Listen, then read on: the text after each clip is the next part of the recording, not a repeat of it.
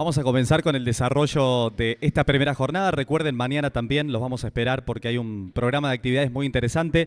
Gracias a todos los que se están acercando aquí al auditorio. Bueno, ya lo tenemos con nosotros. Primera conferencia de esta jornada número 1 en la Semana de la Ingeniería. Estará a cargo del doctor Matías Centeno. Su presentación se titula Producción 4.0, Desafíos abiertos de la transformación digital. Les cuento un poco sobre Matías. Él estudió periodismo y comunicación social en la Universidad Nacional de San Luis, obtuvo una maestría en internacionalización del desarrollo local en la Universidad de Bolonia, Italia, se doctoró en comunicación en la Universidad Nacional de Rosario, realizó además una estancia de investigación postdoctoral en la Universidad de Washington, en Estados Unidos, focalizada en el fenómeno de la aceleración digital durante la reciente pandemia del COVID-19. Actualmente, Matías se encuentra trabajando en temas vinculados al desarrollo territorial, Internet, producción y transformación digital en el Instituto Nacional de Tecnología Agropecuaria, el INTA, donde se desempeña como jefe de la Agencia de Extensión Rural en la ciudad de San Luis. Así que bueno, además, Matías es docente en la Facultad de Ciencias Humanas de la Universidad Nacional de San Luis. Bueno, un placer tenerte, Matías, bienvenido. Lo recibimos con un aplauso para la primera charla. Gracias. Mil gracias y mil gracias a la escuela, a la universidad, a ustedes por estar presentes acá en esta importante Semana de la Ingeniería. El título que lleva la charla de esta mañana tiene que ver con un fenómeno que viene ya estudiándose desde hace un par de años y que se conoce como Producción 4.0, Cuarta Revolución Industrial, pero sobre todo es una ventana para ver cuáles son esos impactos que realmente la revolución digital, las tecnologías digitales tienen, no solamente en nuestro diario vivir como ciudadanos, sino en las formas que tenemos de producir o de organizar nuestra propia sociedad, ¿no? Una primera aclaración respecto de por qué es importante mirar desde un lado a los fenómenos tecnológicos. Tecnologías hay desde épocas remotas, ¿no? Si uno concibe qué es una tecnología, que es alguna herramienta, algún dispositivo o algo que nos permite a los seres humanos realizar cosas, ¿no? La famosa era de piedra, ¿no? En donde las piedras servían para ciertas cosas, o esos primeros habitantes de nuestro planeta realizaban distintos tipos de actividades con herramientas que hoy nos parecen sumamente antiguas y que hoy ya no forman parte de nuestro ecosistema tecnológico. Son tecnologías que a lo largo del tiempo fueron evolucionando y le fueron ayudando a la humanidad a realizar distintas cosas, ¿no? En los debates académicos sobre tecnología siempre ha habido como una prevalencia de o mirar a la tecnología desde los cables, basándonos teóricamente en la tecnología digital, mirar la tecnología desde los propios dispositivos, o mirar la tecnología desde la parte social, ¿no? Y lo cierto es que ese debate, que ha marcado un poco la evolución de los estudios tecnológicos y de muchos de quizás los textos que quienes pasamos por las universidades leemos, esconden una trampa, y que en realidad la solución no está ni en la mirada tecnocéntrica ni en la mirada social, sino en el medio, ¿no? Por eso, una primer parada y aclaración para entender desde dónde esta presentación concibe y mira a la transformación tecnológica es a la relación intrínseca que hay entre los seres humanos y las tecnologías. No hay tecnología sin seres humanos y tampoco hay seres humanos sin tecnología. Por eso hablamos de lo sociotécnico. Las tecnologías han sido diseñadas hasta ahora, muchas de ellas, por seres humanos. La inteligencia artificial ya está diseñando su propia tecnología, pero los seres humanos, desde que nacemos, estamos atravesados por tecnologías. Si concebimos a las tecnologías con este criterio amplio, ¿no? Desde un jean, un teléfono, un edificio, una ventana, etc. Desde ese punto de vista, las relaciones entre la humanidad, las tecnologías y la forma en la que producen, en la que venimos produciendo, muchas de las carreras que ustedes estudian tienen que ver con el ámbito de la producción, han sido atravesadas por algunos hitos respecto de cómo esas tecnologías nos ayudaban, nos habilitaban a producir de cierta forma. Son las famosas revoluciones industriales. ¿Quién ha visto lo de las revoluciones industriales? No me digan que no. porque vuelven a la secundaria si no se acuerdan de las revoluciones industriales. Hasta ahora teníamos en cuenta que hay unas 3 revoluciones industriales, ¿no? Yo cuando iba al colegio vi las primeras 2, las otras 2 las aprendí solo casi, ¿no? Y justamente eran por avances críticos de tecnologías que le permitían a la humanidad producir de una manera distinta. La primera revolución industrial tuvo que ver con el avance del vapor, la mecanización, los primeros esfuerzos de mecanización. Se dijo que fue la revolución de la energía, ¿no? Entonces, imagínense países que no estaban conectados como estamos conectados ahora, que no había medios de transporte como hay ahora, en donde justamente eran los primeros esfuerzos para poder fabricar 5 piezas de una misma cosa, o 10 autos, ¿no? Una sociedad que tampoco estaba muy acostumbrada a consumir muchos de estos productos, ¿no? Por eso se habla de que el modelo social, la sociedad, mil gracias, la sociedad que rodeaba ese modelo de producción es la sociedad de la producción, justamente, ¿no? Porque no estaba la demanda creada, ¿no? Piensen en el Ford T, en el primer auto que se fabricó, ¿no?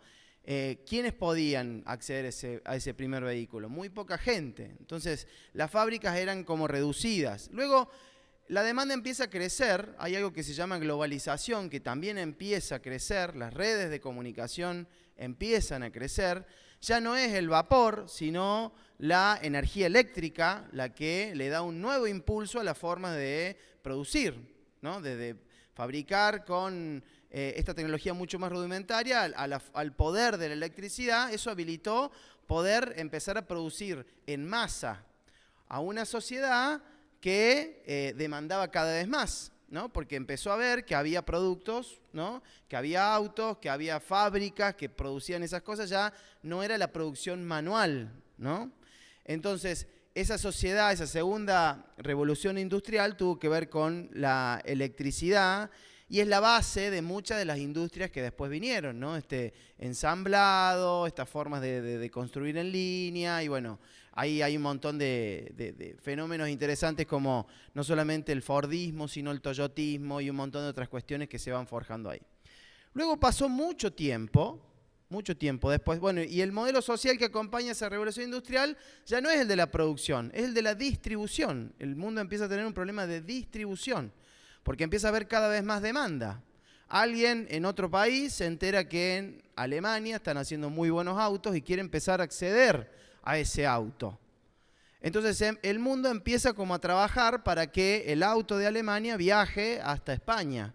Y después peor, para que ese auto cruce el océano y se vaya a Estados Unidos o con suerte llegue a Sudamérica. Y ahí empiezan a aparecer los canales logísticos, la tecnología empieza a pensar, o quienes diseñan la tecnología, empiezan a pensar en cómo hacer aceitar todo ese mecanismo. Luego aparece algo que se llama informática, o el computing, como le dicen muchos, ¿no? Que no es nuevo. Quienes están estudiando sistemas de información, o quienes venimos relacionados a las tecnologías digitales, sabemos que ni la inteligencia artificial es nueva, ni los sistemas digitales son nuevos, ¿no? Lo digital tiene un rato largo ya, incluso antes de Internet. Internet nace cerca del 68, del 69 como tecnología, pero la informática es la que empieza a darle esa tercera vuelta de rosca a los modelos de producción, ¿no? En donde, ¿qué nos permite la informática? Obviamente con la fuerza de la electricidad y todos los fenómenos anteriores, automatizar, ¿no? Robotizar, hacer los primeros esfuerzos de robotización, ¿no? Hacer que las máquinas empiecen a trabajar de manera autónoma, ¿no? Y por supuesto, como ya la demanda crece a niveles muy grandes, estos sistemas permiten hacer lo que los humanos no podemos hacer, la velocidad que tienen de ensamblaje, de producción, etcétera, ¿no? Ya lo importante no es ni la producción ni la distribución, sino en esta etapa de la producción, lo importante es la información, porque son estas redes de datos que hacen posible que este modelo productivo empiece a avanzar. Muchos creemos que todavía estamos ahí, ¿no? Pero desde hace un par de años, en un foro particular que se llama Davos, el World Economic Forum, que sesiona todos los años en enero en Suiza, en los Alpes, empiezan a darse cuenta de que hay una serie de tecnologías disruptivas derivadas del avance digital que ya no tienen que ver solamente con la comunicación de datos o de la informatización, ¿no? Empiezan a haber un montón de otras tecnologías que empiezan a jugar en el límite entre lo biológico y lo físico, el comportamiento autónomo, el machine learning, la inteligencia artificial y un montón de otras cuestiones que vamos a hablar en un ratito. Y así surge la idea de la cuarta revolución industrial, de un cuarto estadio en la era de la producción mundial, que es justamente el momento en el mundo de la producción en el que estamos y el que está marcando de alguna forma un nuevo orden geopolítico en el cual muchos países empiezan a reposicionarse globalmente porque tienen esa tecnología disponible para poder realizar ese tipo de producción, ¿no? Y vamos a ver un poco en detalle a qué nos llamamos. Si la primera fue la mecanización, la segunda hizo foco en la electricidad, la tercera utilizó la informática, la cuarta utiliza la digitalización, ¿no? Los norteamericanos van a decir la digitalización de todo, de Internet of Everything, de todo, ¿no? Sumado a nuestras relaciones sociales, nuestras relaciones económicas, productivas, logísticas, lo digital absolutamente atravesando toda nuestra actividad. Yo no sé si se va a escuchar este videíto, pero tiene 10 minutos, pero la verdad es que es una joyita como para entender un poco lo que voy a hablar después.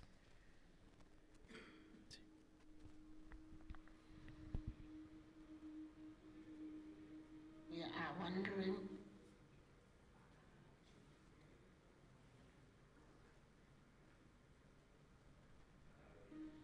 what is happening to the world. Everything is changing.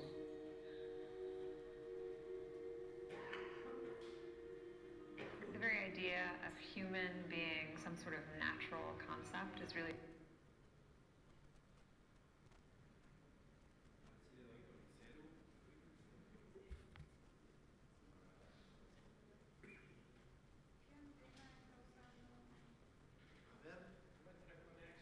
going to change.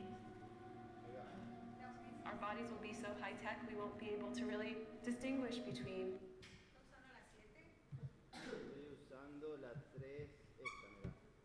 Si no, Pruebe con la 5, ese 5G. 5G. Un BIME 3, 5G. Un BIME 5, 5G. ¿Esta? Un BIME 2024.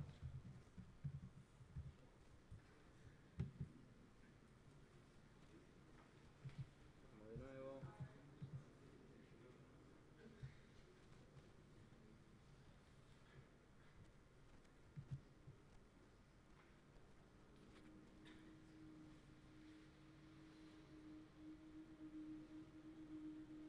We are wondering what is happening to the world. Everything is changing.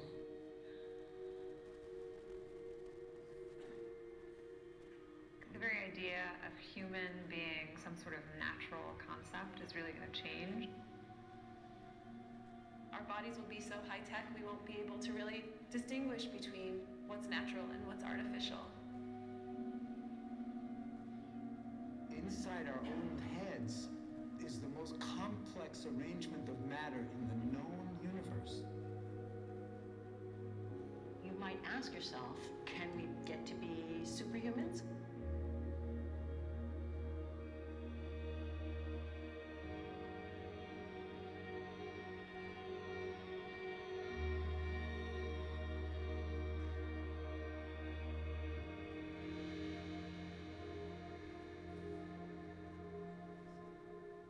The original Industrial Revolution was driven by the discovery that you could use steam engines to do all kinds of interesting things. That was followed by additional revolutions for electricity and computers and communications technology. We're now in the early stages of the fourth industrial revolution, which is bringing together digital, physical, and biological systems. One of the features of this fourth industrial revolution is that it doesn't change what we are doing, but it changes us. With the ability to visualize brain activity, for example, through a simple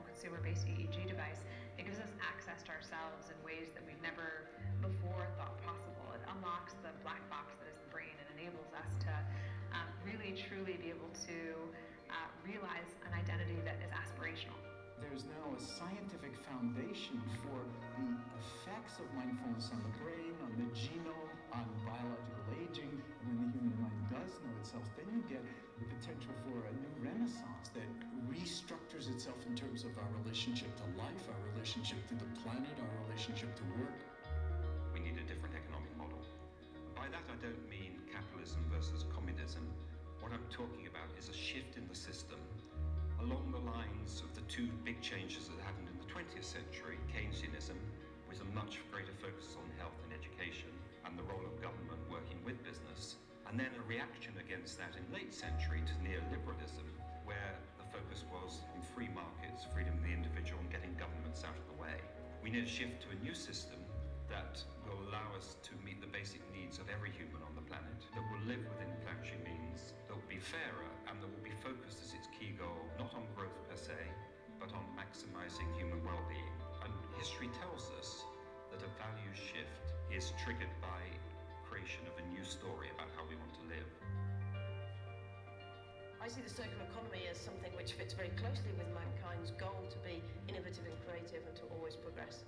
We can use asset tracking, we can use IT, we can use 3D printing to enable this different economic model to recover materials, feed them back into the economy, and really to decouple growth from the resource constraints we have.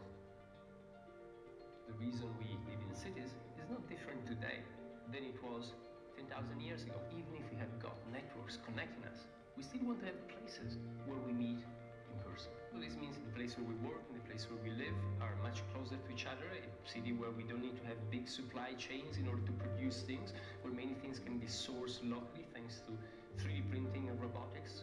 So if we're able to do something to transform cities, to make them more efficient, then the impact can be huge.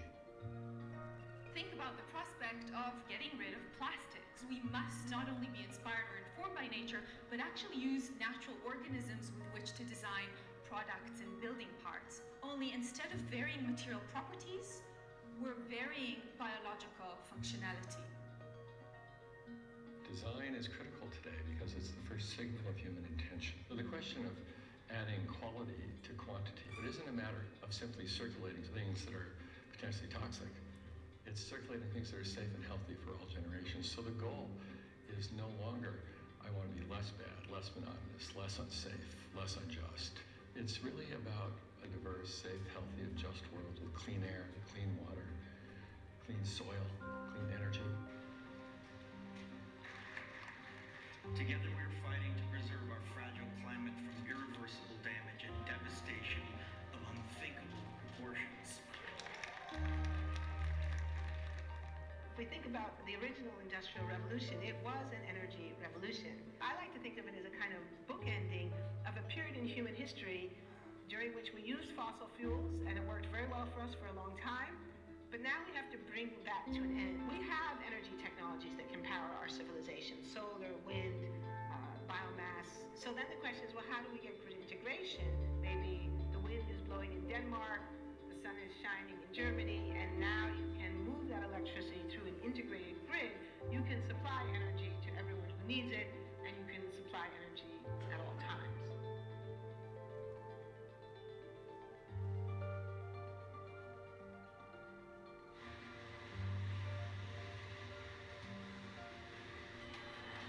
Walking around, you do see different stuff, as far as like the body marriage line.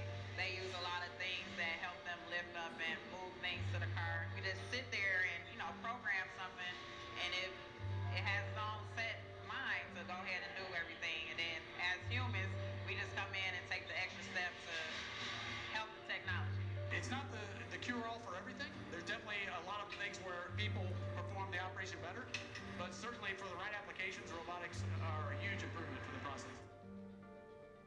The prediction of 5 million jobs lost by 2020 to technology is serious, but it's not the main question. Construction, manufacturing, services, public health and education, these industries will still exist. The main question is, what will be the future of work? How will we define work? How will we share the wealth? From the viewpoint of the labor or job, Probably we really need new education or new training. We're working with World in Motion and First Robotics, trying to encourage students from 3rd grade all the way up through the end of high school. We had students make sailboats, and then we had them race them, and so they could see how quickly they could move. And they immediately went back and started to say, oh, I saw what happened, I'm going to go change this or that. And that was 3rd graders. I just given a prize to a kid of 18 years old that has discovered something really very, very unique. Came up with how to get better productivity and better yields for seeds of corn. And so he basically came with the idea that if you would perforate these seeds, you would get more food. And you think about it and say, but he didn't go to university. So how does he get all that knowledge? And he told me, I mean, I've been watching YouTube since the age of 12, and I'm so interested that I've seen everything about it. I've read everything about it. The world is really open to learning. The thing is, how do you give the incentive to your kids to do that? It's this ability of digital technology to change outcomes, to truly empower people all over the world that can create a more equitable growth, because I think the world needs that. Fourth industrial revolution has the potential to make inequalities visible and to make them less acceptable in the future, and hopefully to gather and garner political support to take the necessary decision to reduce the gap. Humans have always been using tools, but because of the recent advances in technology, we're beginning to have machines that can augment us in all sorts of interesting ways.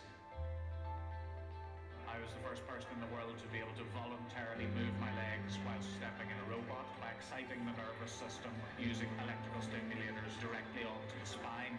We believe that a cure will be possible if enough of the right people have the will to fast-track a cure for paralysis.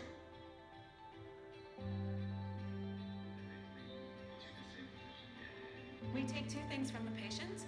First, we take a 3-dimensional X-ray and we extract the 3-dimensional data out of that so we can make a perfectly shaped puzzle piece. And then we also take a sample of fat tissue from the patient so that we can extract the stem cells out of those. And we use those stem cells with this 3-dimensional scaffold that we fabricate, and after 3 weeks we have a piece of living bone that's ready for implantation. Being able to use genome editing to understand the genetic changes that lead to cancer, and technologies like drug delivery, getting molecules into particular types of cells. There's a lot of excitement about being able to move much more quickly on this disease. One of the things that I think is so essential to free and open societies is freedom of thought. And up until now, the conversation we've been having is around freedom of speech. Once we can access people's thoughts and access people's emotion, we have to create a space that enables people to think freely, to think divergent thoughts, to think creative thoughts. And in a society where people fear having those thoughts, the likelihood of being able to enjoy progress is significantly diminished. We need to take responsibility at every level of society, from the individual and the personal to the institutional to the global, to adapt to these technological challenges and changes which are redefining what it means to be human, what it means to work, what it means to be completely embedded in this world. People always ask me if I'm an optimist or a pessimist. The technology exists, but how do we get it and implement it at the scale we need at a price that people around the world can afford? Even though we have everyday problems we have to solve, we have to find a way to lay the foundations for the innovations of tomorrow. Bien, aplicaciones para todos los gustos, ¿no? Medicina, salud, producción, alimentos, transporte, logística, hasta de modelos neuronales, ¿no? Hay ya dispositivos que, y esto es de hace un par de años, y hay avances nuevos, ¿no? Que leen nuestras interacciones y pueden anticiparse a algunos pensamientos. Lo que se ha conocido ahora como el Neurolink, que es como una experiencia así como muy muy marketinera por el lado de Elon Musk, pero en realidad va por ese lado. O sea, hay aplicaciones que juegan ya en el límite entre lo físico, lo biológico. Ya no es solamente informática, ¿no? Es un conglomerado de tecnologías disruptivas que este lugar, el Foro Económico Mundial, que es donde surge esta idea de la cuarta revolución industrial, que en realidad deviene de la escuela alemana de producción o de industria. Ellos empiezan como a ponerle este tipo de nombre, caracterizada por al menos estas 8 tecnologías que aparecieron en ese video y que son disruptivas, ¿no? Tecnologías que están en revisión y que en cualquier momento pueden resultar en algunas nuevas. El primero es esto que hablaba recién, ¿no? El computing, la computación sobre todo el espectro de la humanidad, ¿no? La computación en su amplio espectro. La segunda es el Big Data, ¿no? La minería de datos. La sociedad que atravesamos básicamente es una máquina infernal, somos una máquina infernal de producir información. Estamos quietos acá sin el celular en la mano o con el celular en la mano y ya en esta sala hay un envío y consumo de datos que el propio dispositivo está generando o que nosotros estamos produciendo, ¿no? Y si encima le sumamos que ahora conectamos hasta las heladeras, los lavarropas y demás, ese volumen de datos es increíble. El 2015 fue un año paradigmático porque desde el 2015 hasta la fecha ya hay más dispositivos que personas conectadas a Internet, ¿no? De ahí deriva un campo enorme que seguramente quizás algunos han mencionado, que es la Internet de las cosas, ¿no? Hay un grupo enorme de gente que se dedica justamente a estudiar cómo sacarle provecho a esos objetos que tienen Internet y que pueden realizar algunas actividades por nosotros, ¿no? Entonces, a mayor actividad, mayor producción de data y hay mayor necesidad de poder interpretar y usar esa información. Las aplicaciones que tienen que ver con la telemedicina, la impresión en 3 dimensiones, que ahí afuera vi algunas pruebas que están realizando, fue disruptiva y sigue siendo disruptiva en un montón de campos. Ya saben, no sé si saben, pero ya se pueden imprimir casas, alimentos, hay desfiles de moda enteros en Nueva York, acá en Córdoba y en un montón de partes del mundo que son producidos exclusivamente con calzado, vestimenta que se produce con este tipo de impresión. Cada vez hay más filamentos y nuevos materiales que van corriendo por la impresión.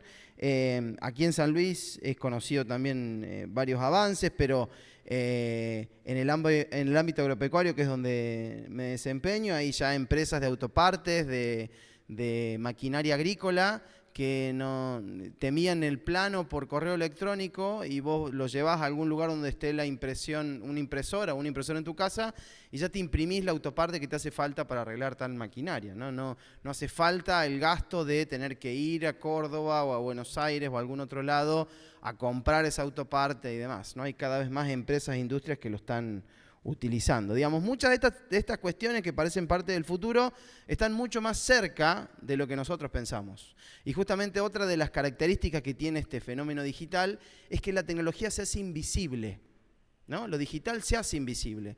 Por mucho tiempo nosotros estábamos en un sitio y sabíamos dónde la veíamos a la tecnología. Vemos una computadora, vemos un cañón, vemos un cable, ¿no? Sabemos que eso está conectado a Internet. Ahora, con el avance de la tecnología inalámbrica, Internet se desvanece, no nos damos cuenta en este preciso momento que Google, por ejemplo, o Meta o cualquiera de las plataformas, está leyendo nuestra geoposición y está jugando con esa información para luego en unos momentos tirarnos alguna recomendación vía teléfono, vía aplicación o vía Instagram o vía redes sociales.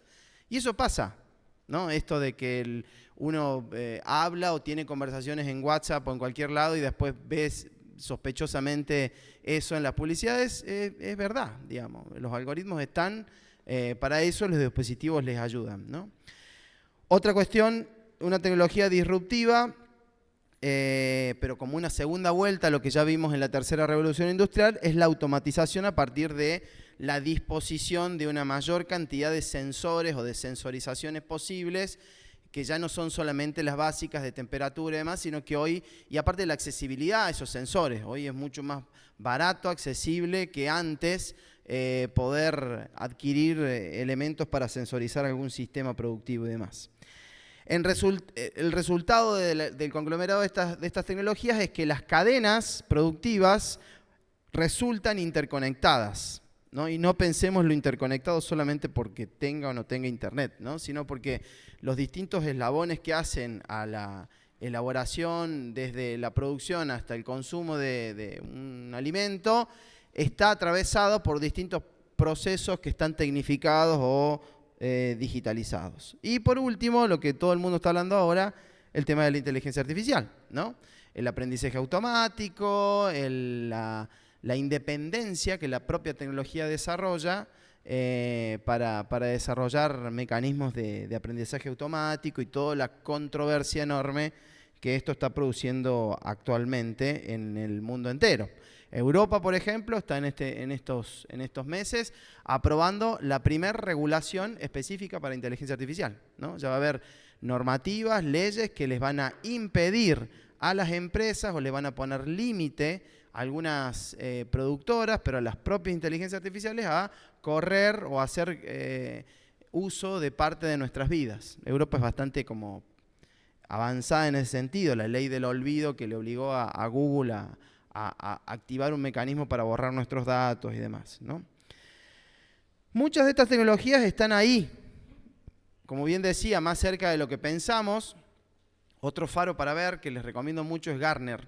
Es una consultora, tiene muchos recursos de acceso público. Gartner lo que hizo o lo que hace es hacer un monitor de, bueno, cuáles son, de todas esas tecnologías que ya vimos, pero cuáles son esas nuevas disruptivas que van viniendo, cuáles van cayendo, cuáles van subiendo. El radar para este año de Gartner ubica a unas 30 tecnologías, nosotros recién hablamos de 8, 30 tecnologías que pueden agruparse en 4 grandes grupos, unas que tienen que ver con todo lo que tiene que ver con el enfoque Smart City o el mundo inteligente, ¿no? Que nos hacen la vida más fácil, ¿no? La otra es las tecnologías aplicadas a la revolución productiva, cómo producimos de manera más ágil. Hay un grupo de tecnologías que está dentro del mundo de la privacidad y la transparencia, de la circulación de datos. Y el cuarto gran grupo de estas tecnologías tiene que ver con las aplicaciones, es decir, que son habilitadores críticos para desarrollar distintos tipos de actividades.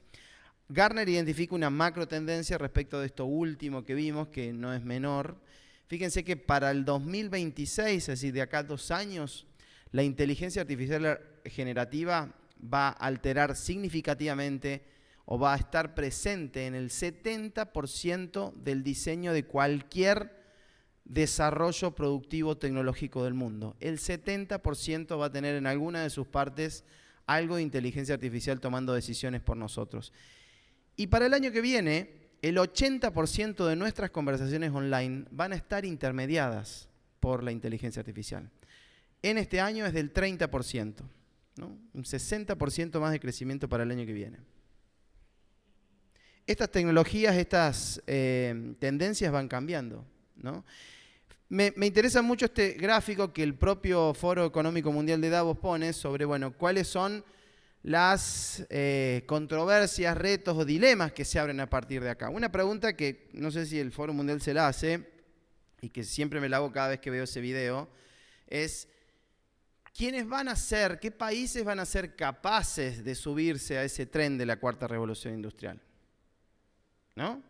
¿Quiénes van a poder tener todas esas tecnologías a disposición, esos científicos, ese presupuesto enorme que muchos de esos países tienen porque ahí atrás de cada tecnología hay investigación, ¿no? Hay trabajo. Hay un sector productivo que tiene dinero para poder invertir en machine learning, que tiene dinero para invertir en sensores y demás, ¿no? Entonces, la gran crítica que muchos hacemos de este movimiento de la cuarta revolución industrial es justamente ese, bueno, ¿quién va a quedar atrás de todo esto? ¿No? Aquellas economías que van más hacia las commodities o que estén más vinculadas a la producción primaria, evidentemente van a quedar relegadas ¿no?, de todo este modelo. Y lo peor de todo es que hay la hegemonía tecnológica, digamos. Hay un filósofo chino que es muy interesante, se llama Yuk Ui. Les recomiendo el libro porque es una lectura así como para cualquier disciplina, que él habla de la monotecnología, el peligro de la monotecnología. Cuando hay un solo modelo que rige esa forma de operar las tecnologías, y es el que tenemos ahora, ¿no? Se marca como tendencia la cuarta revolución industrial, entonces ciertos productos ya empiezan a decir, bueno, usted para meter la miel en Europa o para vender la carne a Asia, va a tener que tener tal sistema de rastreo. Tal sistema de rastreo es solamente posible con el chip o con el seguimiento del protocolo número 840. Resulta que para acceder al protocolo 840 hay que tener plata, hay que tener la cadena hecha, hay que tener ese sistema acá. Entonces, como que se cierra el círculo. Nosotros de pasar a poder exportar, estoy diciendo un escenario, de pasar a exportar esa carne o esa miel, vamos a tener que dársela a alguien que tenga esa tecnología para entrar a ese mercado. ¿Se entiende? Eso es lo que está pasando con la cuarta revolución industrial. Hay muchos productos que su sistema de comercialización y de ingreso a mercados se trastoca completamente con estas tecnologías. Y eso no es futuro, es totalmente presente. Con el COVID esto se exacerbó, porque estas tecnologías lo que permiten es desmaterializar el proceso, no intermediar lo presencial, que se favorece con este tipo de tecnología. Entonces el gran peligro es ese. El gran peligro es la reprimarización de nuestras economías, la corrida de ciertos centros de acceso a mercados que redundará nuevamente en que ciertos países pueden estar en el estado de más desarrollo industrial que otros, ¿no? Y un poco el Foro Mundial de Davos pone eso, ¿no? ¿Qué es lo que está pasando? ¿Qué es lo que puede estar pasando con el avance de este nuevo modelo productivo, ¿no?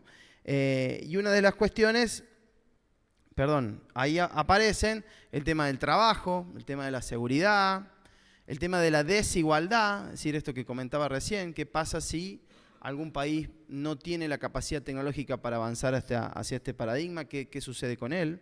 La gobernanza, la ética, sobre todo lo vinculado al avance de la inteligencia artificial, la fusión de tecnologías, la perturbación de las habilidades sociodigitales que necesitamos para estas cuestiones. O sea, no toda incorporación de tecnología es positiva en sí. Tiene aspectos positivos, pero tiene un montón de otros emergentes a considerar.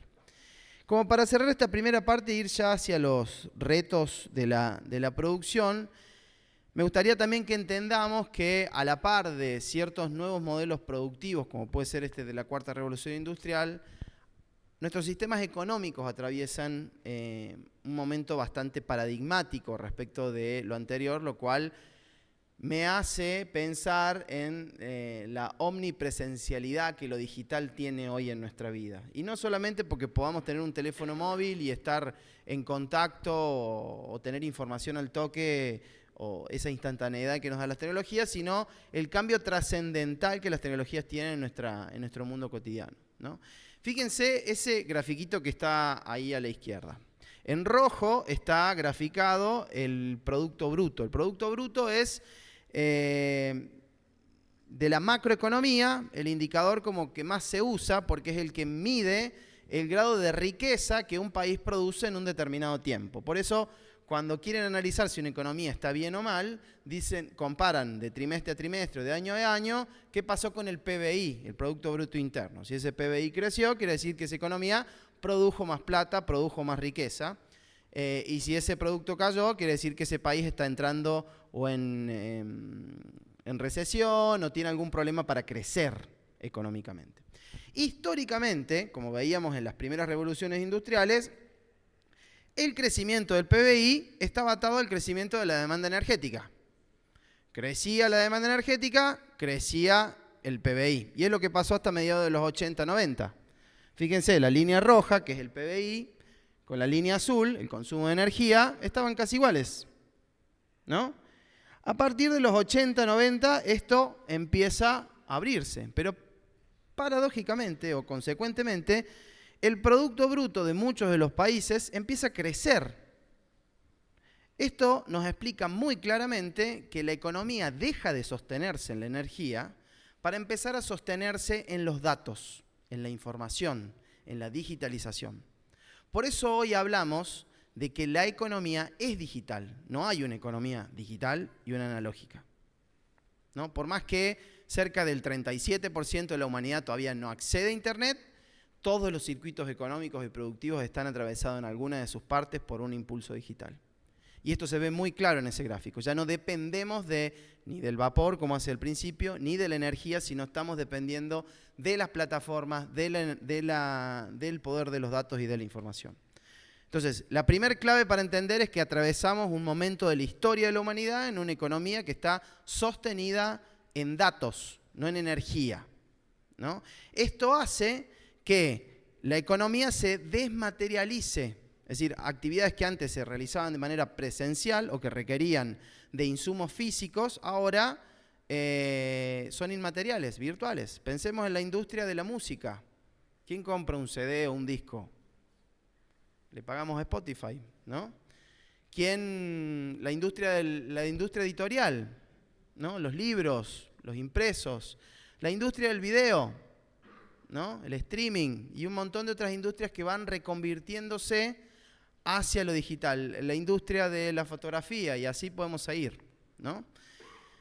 Eso trastoca todo a un sector de la producción. Imagínense, el empleo, los recursos que necesita, o sea, es como cambiar, como si tu producto cambie de un día para el otro de otra cosa, ¿no?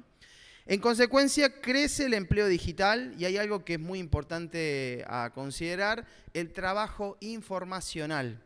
Hay un libro de la Universidad de Quilmes con estudios de, no me acuerdo qué universidad norteamericana, que habla que el trabajo informacional en Estados Unidos podría explicar casi el 60% de la demanda laboral en ese país. El trabajo informacional o el trabajador inmaterial, como le llaman, es ese trabajador que solamente utiliza datos virtuales para poder realizar su trabajo. Y está cada vez más presente en los bancos, en las universidades, en todo aquel que trabaje con conocimiento, ¿no?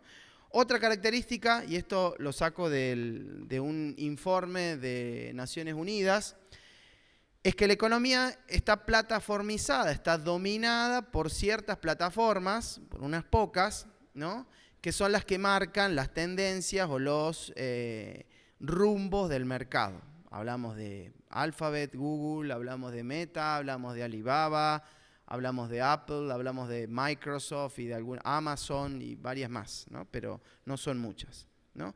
Y esas plataformas tienen, o sea, ninguna tecnología, ya sabemos, es aséptica. Cada una tiene una ideología marcada ahí. Los seres humanos tenemos ideología, más allá de que creamos que cuando hablamos de ideología hablamos de política partidaria, no. Todos somos seres políticos, todos tenemos algo en la cabeza que nos dice esto está bien, esto mal, eso es ideología, digamos. Entonces, pero cada una de estas plataformas responde a un interés transnacional. Entonces, hoy también advierten que hay como una polarización geopolítica que ya no es Rusia, Estados Unidos, sino es China, Estados Unidos, ¿no? Y se producen estos fenómenos como el que le pasó a Huawei, por ejemplo. Ninguno de los que tienen Android hoy pueden bajar esas aplicaciones. Retos abiertos, para que entendamos un poco cómo podemos bajar al terreno de la producción todo esto. Respecto del acceso, que es una cuestión necesaria para poder producir o para poder avanzar hacia estos sistemas. Participo en un grupo de investigación de la Universidad de Washington, en donde estamos estudiando a nivel mundial qué ha pasado con el acceso. El acceso crece, hay más personas conectadas a Internet, ¿no? Ahí yo les dejo el enlace, después les comparto la presentación por algún lado, donde ustedes pueden ver cómo ha crecido el acceso. En la Argentina es uno de los países en América Latina donde más ha crecido, ¿no? Asimismo, ese crecimiento es asimétrico. Los sectores rurales tienen mucho menos Internet que los sectores urbanos, ¿no? Entonces, por ejemplo, hay un relevamiento que nosotros desde el INTA estamos realizando, en donde, fíjense, casi el 42,2% de los parajes rurales no tiene conectividad, pero si le preguntamos cómo es la calidad de acceso, esos problemas de conectividad se elevan al 80%. Eso pasa en la Argentina, pero pasa en un montón de países, incluso en el mismo Estados Unidos pasa. Entonces, hay un avance, pero a medias, ¿no? Asimétrico. Fíjense, no traigo a Europa, no traigo a Estados Unidos, traigo a la India, que tiene un problema económico terrible, más grande que el nuestro, donde mucha gente la pasa muy mal. Fíjense lo que es la cobertura de 3G y 4G, no estoy hablando ni de 5G, en la India y en la Argentina, ¿no? Otro de los datos que sale de esta investigación que estamos realizando en la Universidad de Washington es, nosotros medimos el acceso digital, pero al mismo tiempo vimos qué pasa con el acceso a derechos, qué pasa con la equidad, ¿no? Con los ataques, los ciberataques, las posibilidades de ser libres. Y la verdad es que, si bien los indicadores de acceso crecen, todos los accesos de equidad y libertad bajan. O sea, parecería que Internet nos estaría sirviendo para que seamos una mejor humanidad. Entonces, en el sentido de que la tecnología sola no nos va a ayudar a ser mejores. No está ayudando a que el mundo sea mejor, ¿no? Voy avanzando rápido porque me quedé sin tiempo. Este proceso de estar cada vez más conectados con tecnologías que nos permiten estar más conectados y más ubicuamente, genera algo que se llama un proceso de intensificación tecnológica o de aceleración digital, que es producto de la reciente pandemia, ¿no? Esto de estar encerrados tanto tiempo, muchos procesos pasaron a lo digital y tuvimos que adelantar muchas de las cosas que quizás teníamos ahí aletargadas. De hecho, hay un estudio de Meta, dueña de Facebook, WhatsApp y demás, que habla de que por el COVID, unos 3.4 mil millones de personas anticiparon en estos últimos años su ingreso a Internet, ¿no? Y eso genera que haya más desmaterialización de la economía, más áreas de negocios tiendan a ir hacia lo virtual, porque hay más gente conectada, con lo cual hay más dependencia de la tecnología, ¿no? Hay un proceso de que cada vez tengamos que utilizar más los teléfonos, las computadoras y demás. Si vemos las estadísticas económicas, esto tampoco no nos está ayudando ni a ser más libres ni nos está ayudando a ser mejores económicamente. Hay un proceso inflacionario global de precios, de crecimiento que tampoco está ayudando, ¿no? Sumado a eso, el tema de la pérdida de ciertos puestos de trabajo. Estas tecnologías producen avances en donde los robots o los programas de inteligencia artificial toman los puestos de los seres humanos. Hay un índice que se llama el riesgo laboral de automatización, ¿no? O sea, cuán posible es que una máquina te reemplace en los próximos 10 años. Fíjense, preparación de alimentos, construcción, manejo, agricultura, todos están ahí con un porcentaje superior o casi cerca del 60% de ser reemplazados por una máquina. En este marco medio agridulce de cosas, donde las tecnologías nos dan algunas cosas, pero también nos quitan otras o nos revitalizan ciertos dilemas, distintos foros, como el de Naciones Unidas, CEPAL, advierten que más allá de todo esto que está pasando, la digitalización es crucial para poder avanzar o reconvertirnos o reactivar las economías luego de una etapa tan complicada como supuso la pandemia, ¿no? Que va a suponer cambios y efectos durante muchos años más. Según CEPAL, hay que llevar el grado de inversión en infraestructura digital al 2,2% de ese PBI, de eso que todo produce, de la riqueza que produce un país, al menos el 2,2%. Actualmente es del 0,3%. Tenemos un camino bastante importante para mejorar. Y sobre todo teniendo en cuenta, porque hay índices o estudios económicos que hablan que a mayor digitalización crece el PBI.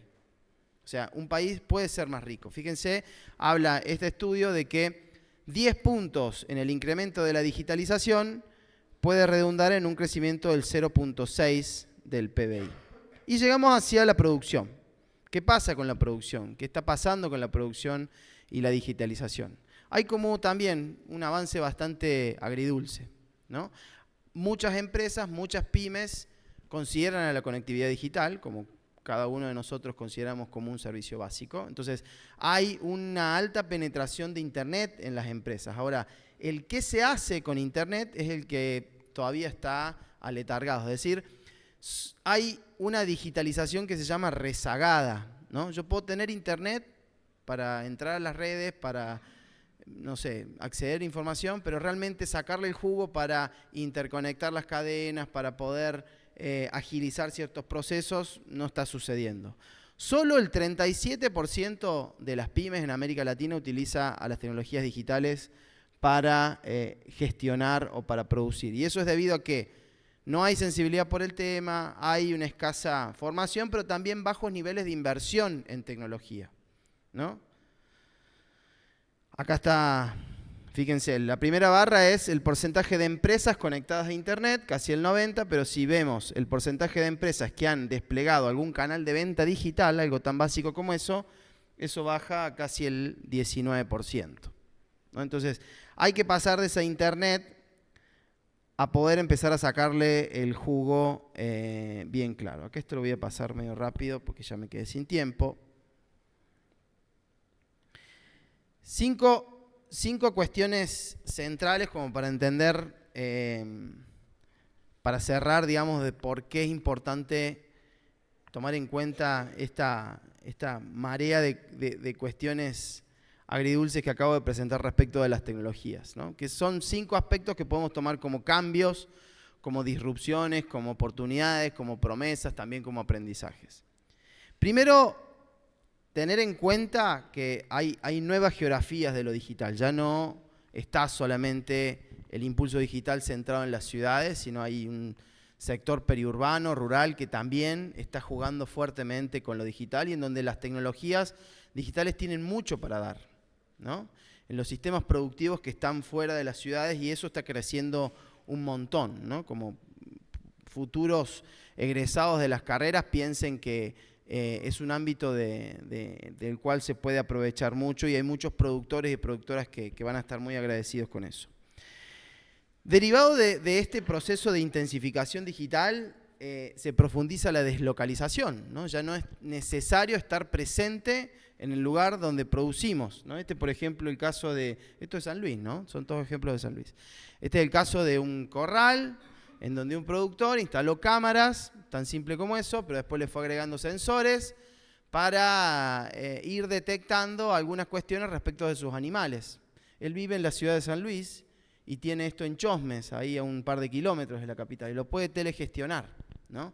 Con lo cual, yendo al ámbito puntual del agro, ya no es necesario estar en el agro para trabajar en el agro, ¿no? Estas tecnologías nos habilitan un montón de nuevas cuestiones. Hay nuevos modelos de gestión derivados de esto, o sea, hay formas distintas de gestionar estos recursos, ¿no? Y también, derivado de esto, hay nuevos actores que están entrando al sistema, muchos pibes como ustedes, mucha gente que vivía en la ciudad y que hoy por estas tecnologías ve posible poder trabajar para el sector agropecuario, para poder cruzarse a otra provincia de manera digital y trabajar ahí, ¿no? Y por último, la constatación de, como vimos con algunos datos, que algunas brechas, sobre todo las de conectividad, se acortan, pero hay un montón de nuevas preocupaciones que tenemos que atender para que la cuestión sea más equitativa para todos. Apuntes de cierre, y ya con esto cierro.